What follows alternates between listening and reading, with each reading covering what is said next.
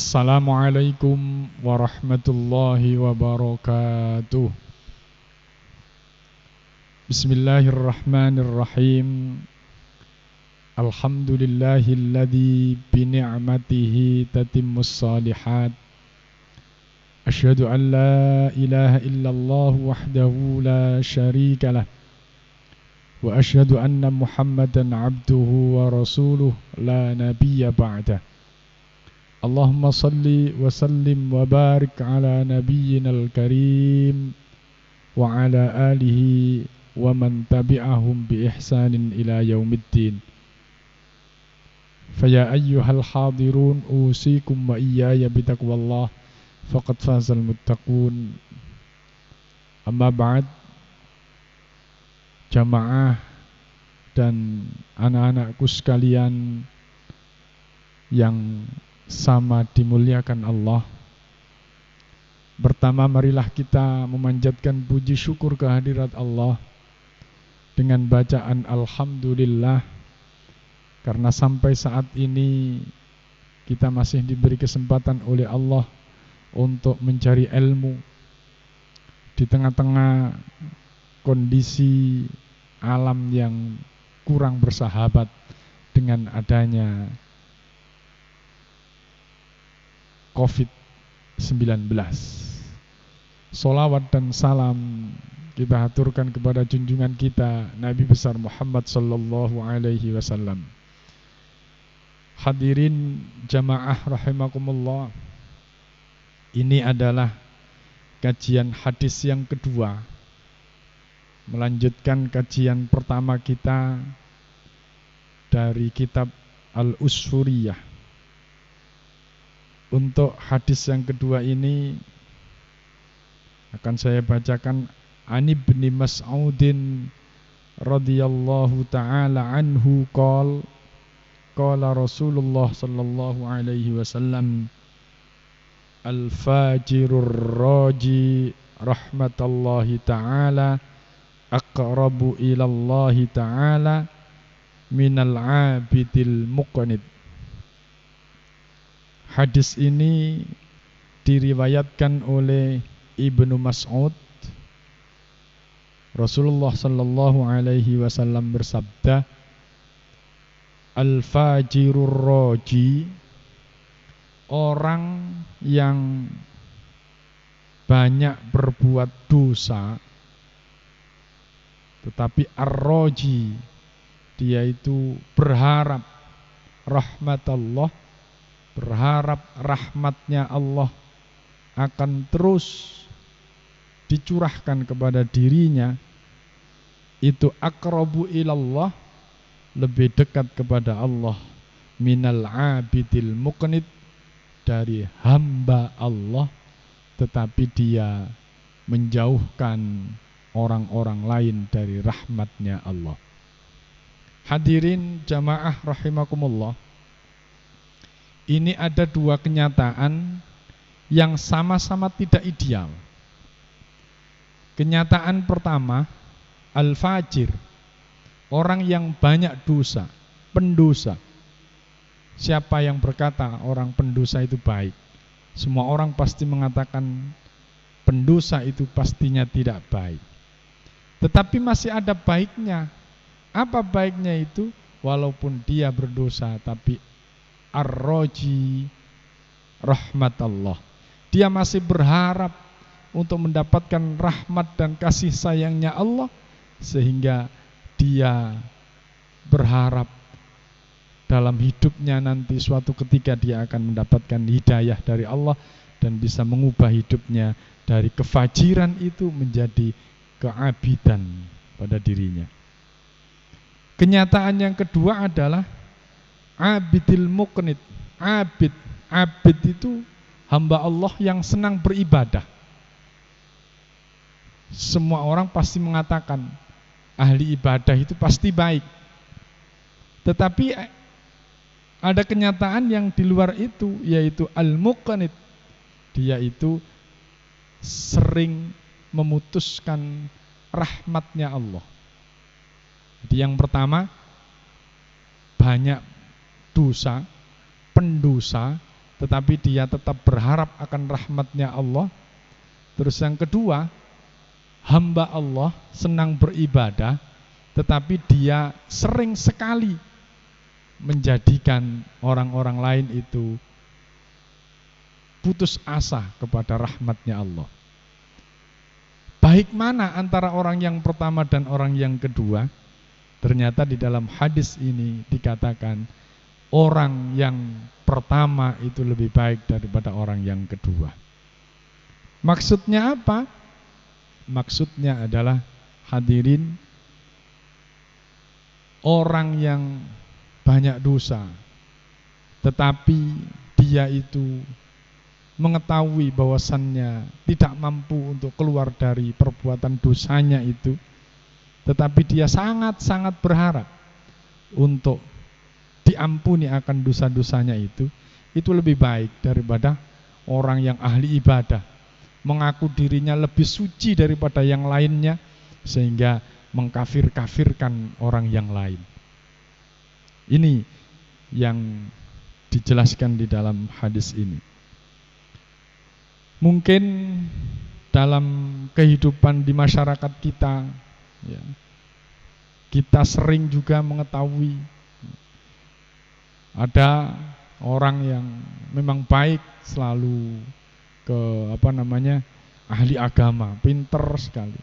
Tetapi kadang-kadang dengan kebaikannya itu seakan-akan dia itu merasa lebih baik dari orang yang lain, sehingga seakan-akan surga itu hanya untuk dirinya, seakan-akan dia sedikit lagi sudah masuk ke surga.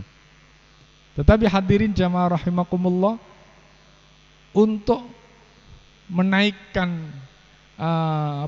derajatnya dia di sisi manusia, itu kadang-kadang dia harus menyala-nyalakan orang lain, sehingga orang lain itu seakan-akan orang yang banyak dosa. Itulah yang disebut dengan abidil muqnid, orang yang ahli ibadah tetapi sering juga memutuskan rahmat Allah. Hadirin jamaah rahimakumullah, dalam sebuah riwayat dijelaskan dulu itu ada orang yang ahli ibadah, kemudian sampai-sampai dia itu hidup sendiri, menyendiri hanya untuk mendekatkan diri kepada Allah. Tetapi di sisi yang lain, dia itu sering meremehkan orang tidak seperti dirinya, kebaikannya itu jauh dari dirinya, seakan-akan dia itu sudah di atas angin lah, seakan-akan seandainya dia sekarang ini mati maka langsung masuk surga, dan seandainya orang lain itu meninggal saat itu juga mungkin mereka semuanya itu akan masuk neraka. Hadirin jamaah rahimakumullah, saat dia meninggal dunia, kemudian dia tanya kepada Allah, ya Allah, apa balasan kebaikanku di dunia? Apa kata Allah saat itu? Wahai Tuhan, dulu kamu di dunia memang benar ahli ibadah, tetapi kamu dulu di dunia sering menjauhkan orang lain akan rahmatku, sehingga banyak orang yang menjauhkan diri dari agama karena seringkali dia takut dengan ucapan-ucapanmu. Hadirin jamaah rahimakumullah, akhirnya orang itu pun dimasukkan oleh Allah ke dalam neraka.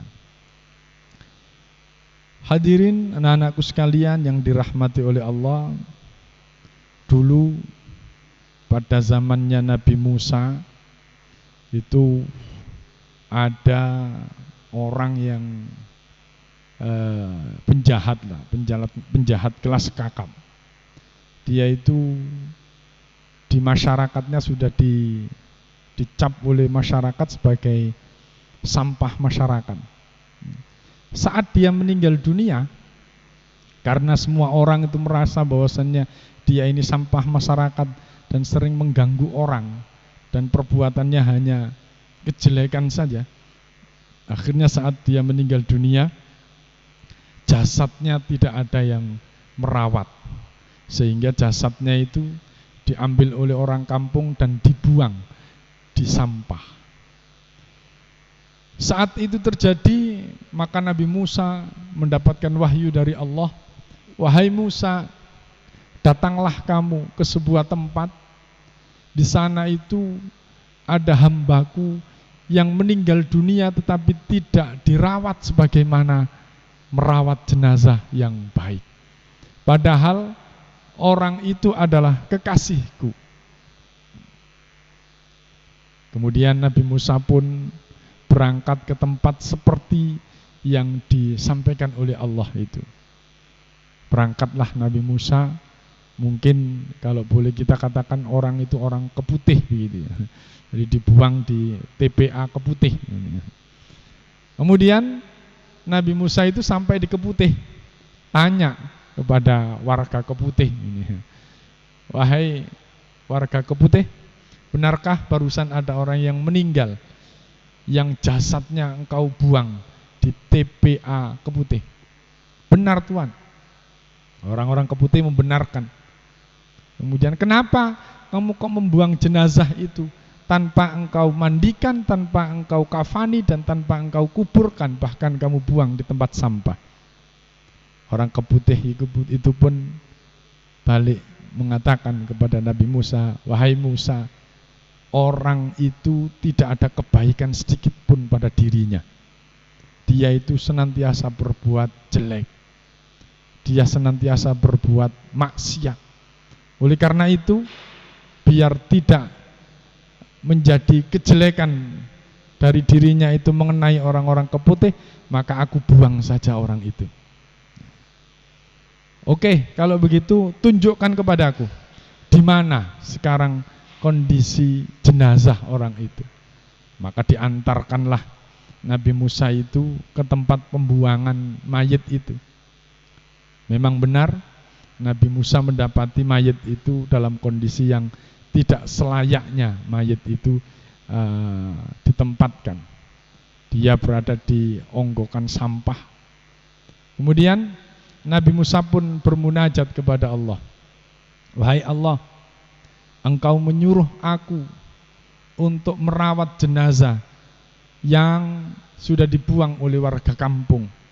Tetapi setelah aku konfirmasi kepada warga kampung, ternyata orang yang meninggal ini tidak punya kebaikan sedikit pun.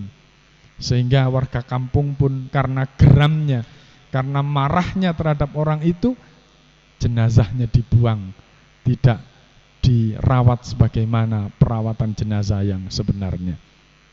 Oleh karena itu, ya Allah, Engkau lebih tahu siapa sebenarnya orang ini.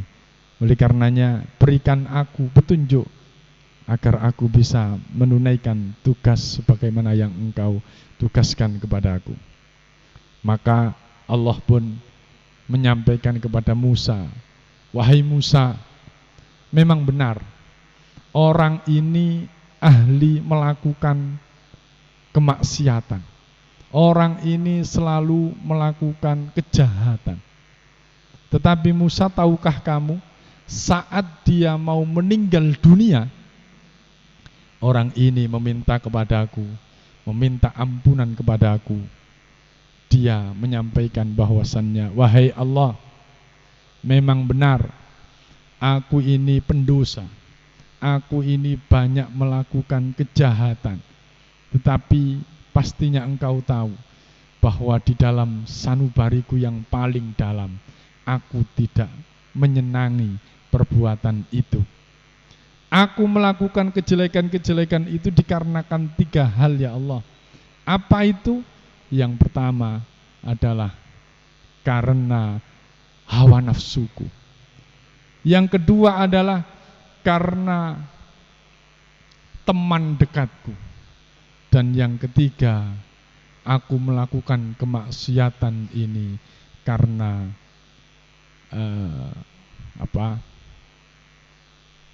karena temanku yang sering sekali mempengaruhi diriku. Oleh karena itu ya Allah, maka ampunilah aku. Lah, hadirin jamaah rahimakumullah, karena itulah maka Allah mengampuni orang itu. Yang kedua, Nabi Musa, kenapa aku sampai mengampuni orang ini? Orang ini menyampaikan kepadaku saat dia mau meninggal dunia. Dia mengatakan, seandainya ada dua orang yang ingin minta pertolongan kepada aku, satu orang adalah orang baik dan satu orang yang jelek, maka pastinya aku akan mendahulukan orang yang baik. Sebab apa? Sebab hatiku lebih senang kepada orang baik. Anak-anakku sekalian, dari hadis ini bisa kita simpulkan sebagai penutup kajian ini adalah orang hidup itu tidak tahu, ya. Orang hidup itu masih koma. Mungkin saat ini kita baik, ya. Mungkin saat ini itu kita baik. Tapi siapa yang bisa memberikan jaminan bahwa akhir hidup kita itu baik, ya. Oleh karena itu, ketika kita ada menjadi orang yang baik, maka jangan pernah kita ini sombong dengan kebaikan kita. Orang itu dilihat pada saat akhir hidupnya, ya. Akhir hidupnya. Dan akhir hidup kita pun juga kita tidak tahu. Bisa jadi kita saat ini yang baik, nanti akhir hidup kita juga baik. Boleh jadi dulu dia menjadi seorang penjahat, tapi pada akhir hidupnya dia akan menjadi baik. Dan tidak menutup kemungkinan juga, naudzubillah, kita sekarang yang baik, pada akhir hidup kita ditutup dengan su'ul khotimah. Ada ceritanya, seperti halnya Kiai Barseso, itu cerita yang sangat melegenda, ya. Jadi oleh karena itu, anak-anakku sekalian, dalam kita berdakwah, jangan sampai kita ini menyakiti orang lain, jangan sampai kita menyalah-nyalakan orang lain. Kita ini punya kewajiban mendakwahkan, ya. Kita mempunyai kewajiban untuk mengajak orang, tapi jangan sampai kita ini menyalah-nyalahkan orang.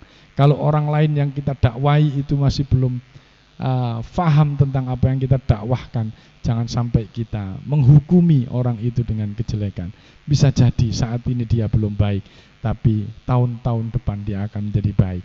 Mungkin dari mulut kita dia tidak baik, tapi nanti dari nasihat orang-orang lain dia pun juga bisa jadi baik. Oleh karena itu, anak-anakku sekalian, dari hadis ini kita bisa belajar, kalau kita sudah baik, kita harus istiqomah dengan kebaikan itu, dan kita mengajak orang untuk baik. Tetapi kalau kita masih belum baik, ayo kita senantiasa belajar untuk menjadi orang yang baik. Yang terpenting jangan sampai kita ini menjelek-jelekan orang.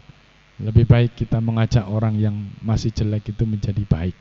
Dan kalau kita ini mengajak orang, satu orang saja dari hal yang jelek menjadi baik, maka ini menjadi jariyah kebaikan kita sampai kiamat. Anak-anakku sekalian, semoga kajian pada siang hari ini bisa manfaat bagi kita semuanya, dan kita bisa menjadi orang yang lebih baik dari hari-hari sebelumnya.